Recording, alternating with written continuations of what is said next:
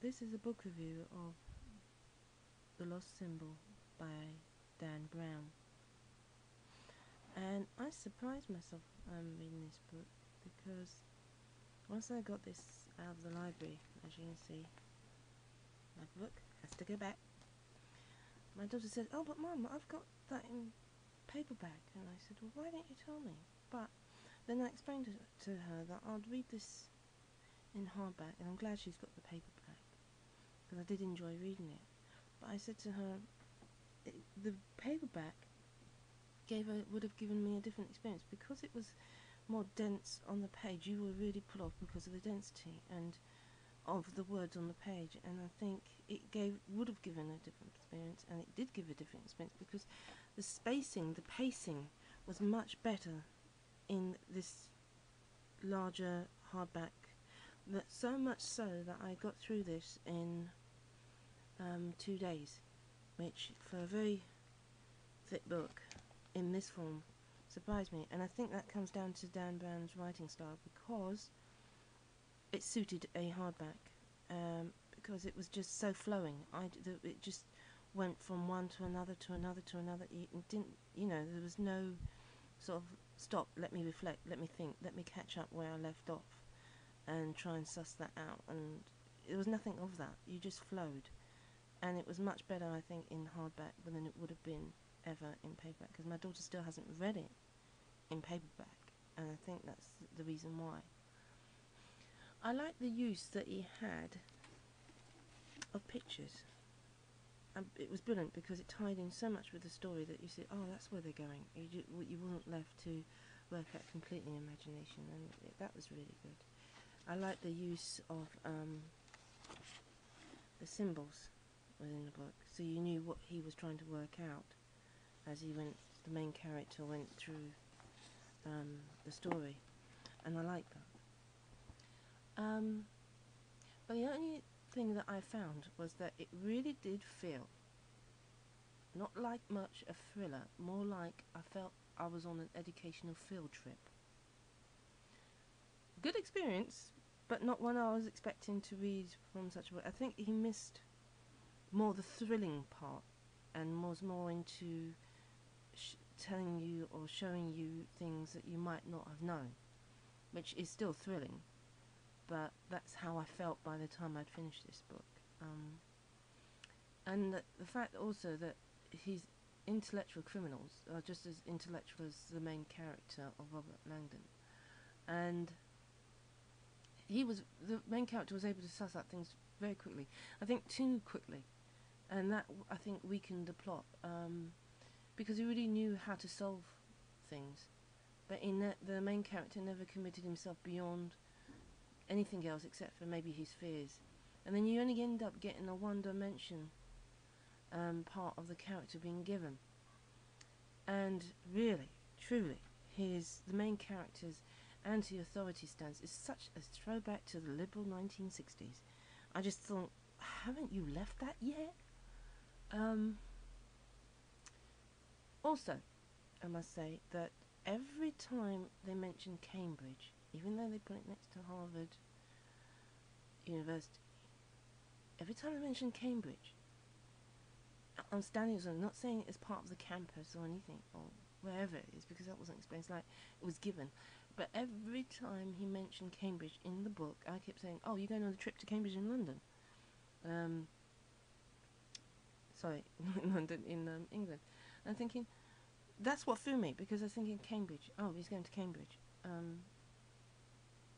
And it completely, you see, that's why I'm getting so perplexed, because it's completely thrown me on that. And, okay, if I wasn't, you can see it wasn't ignorance on my part, but just pure confusion, because even though you write yourself, I said, oh no, it's Harvard on the campus, it did throw out the pace of the book, because I had to stop and think, he doesn't mean Cambridge, England, dear.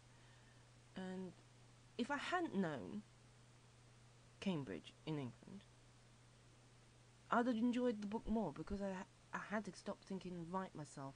It's that kind of spoiled it for me. As to the information he gives in here, the spiritual linked with the scientific, I found that absolutely brilliant, absolutely brilliant. I loved it. But I wish I give an extract in my down below, and I'll go in further, but onto this point. But if it had been answered or put something in there of the reasoning of the Godhead, which is known as it denotes the divine nature or substance, but it isn't actually a being, and it is set apart from the Trinity as the Word is set apart in Genesis, in the beginning of the Bible. No one's really explained what the Godhead actually means. Yeah, as far as we get, it's a divine nature or a substance. It's part of the mind because it's the hinge is in the word God, head, Godhood, and if you take the Middle Ages aspect of it. But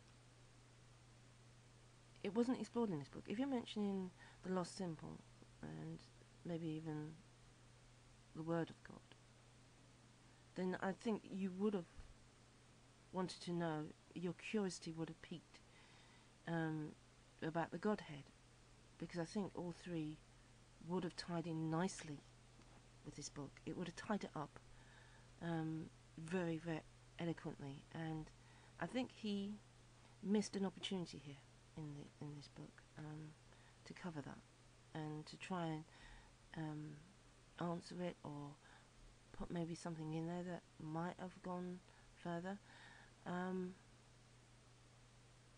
and it would have taken the book on another level. I think it would have put the more into a thriller, because you are left in doubt. You are left with something saying, well, what does it mean? And because it wasn't there, his lost symbol here, even though he doesn't answer it as such, there's more weight to it if he had given this part of the Godhead to relieve that thrilling doubt, which you weren't left with this book at all. It was too tidy, it was too neat. There was no sort of, let me seek out more, let me find out more, what was he going to write in the next book kind of thing. There was no cliffhanger, is what I'm trying to say. And I think talking about the Godhead near the end part,